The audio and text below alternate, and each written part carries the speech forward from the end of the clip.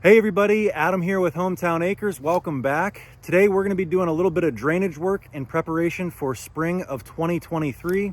Springtime around here is when we have the most potential to add depth to the pond. And so we need to do some work now because we're not going to be able to do it this winter. And by the time springtime rolls around, it's going to be too late. So we've got to fix a couple of things that we did when we installed the pond. And I'll show you all that right now. All right, so here's all of the pipe work that we had installed when we were building the pond. This is a 4-inch solid corrugated pipe. And the reason this is solid right here is because at this point, right before it goes into the pond, all the water we were trying to capture from the hillside should already be inside the pipe. As we work our way up here, the pipe bends and goes up that way, kind of where we're at right now. This would be all solid as well, working its way up this way. And then we've got the spring head that goes up that way. That is all in solid pipe. And then we've got kind of a farmer's version of a French drain. The guy who installed this, he's an old farmer, and he's the one who owned that John Deere 210 when we were installing the pond. And, you know, I think he was trying to save us money. He meant well, but he didn't install this French drain right. You can see he just built a big mound of dirt, buried our perforated pipe in dirt. And, you know, rather than buying gravel, his thought was, okay, we'll catch that water. It'll run down this ridge. And then everywhere, instead of having this filled with rock the whole way, we'll just put some big rock every 20 or 30 feet and it'll catch those almost kind of like a storm drain. And it's just not working. And I think combination of not capturing the water at these storm drain points, we'll call them that, and maybe that corrugated pipe getting crushed, we're just not capturing the water that we need to. And the other thing, the water actually is just bypassing these storm drains, running along this ridge, and then right here it finds a low point, and you can see it's kind of washed out and carved, and that's why we had erosion problems on the back side of the dam, was all that water that we were trying to capture was going out around the pond and down the backside. And the other thing that I really don't like about this is this big hump here. I can't mow it. I don't want to weed whack it. I don't want to spray it and kill all the weeds.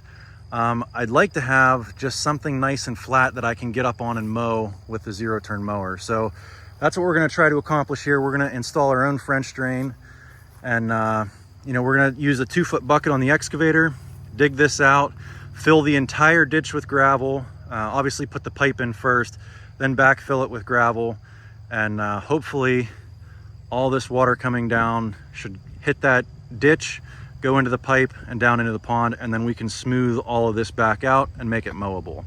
That's the plan anyway.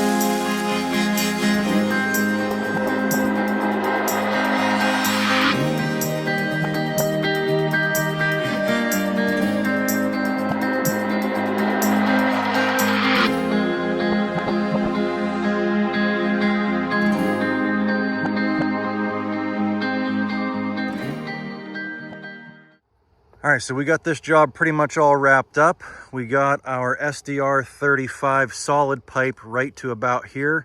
That was about 4 sticks to get down to the pond there. And we backfilled this all with clay because this is not part of the French drain. The French drain starts right here. This is our perforated pipe going up, backfilled with some 2B gravel.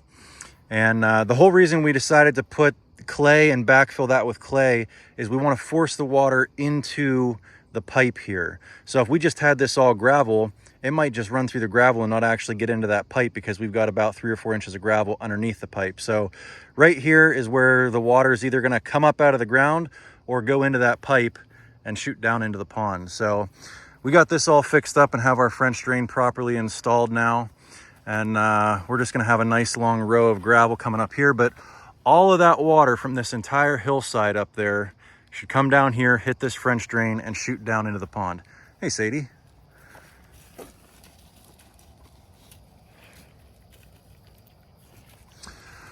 So yeah, the other thing, we got all of this fixed up here. Like I said, the farmer's version of the French drain. Got that all cleaned up and smoothed out, shaped how we want it so we'll be able to mow it. It's got a nice gentle rolling slope. Add a lot of character to this little side yard we cleared out when we did the pond. Some of you guys might be wondering why we didn't just get a triaxle load of 2B gravel delivered, because I think we had about 5 dump trailer loads, and the reason was for convenience.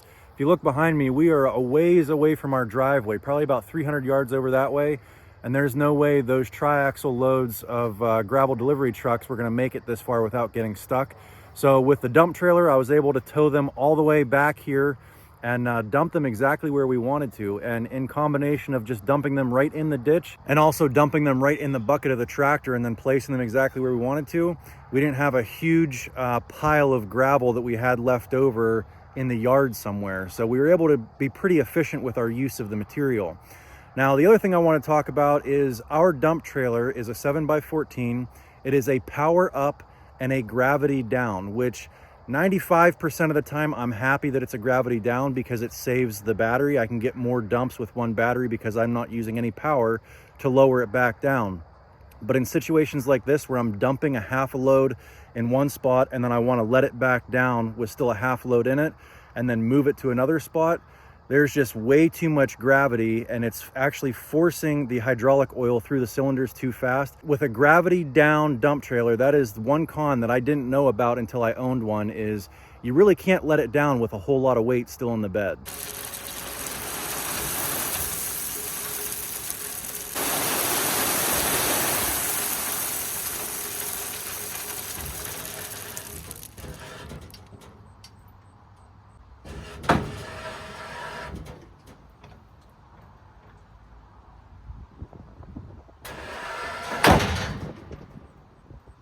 I think that's going to about do it for this one. Things are really starting to come together here before winter.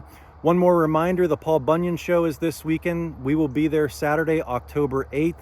We'll be at the Easton Made tent at 11 a.m. and we'll be at the Metza Machines tent with the Yapa Firewood Processors at 2 p.m. in Cambridge, Ohio.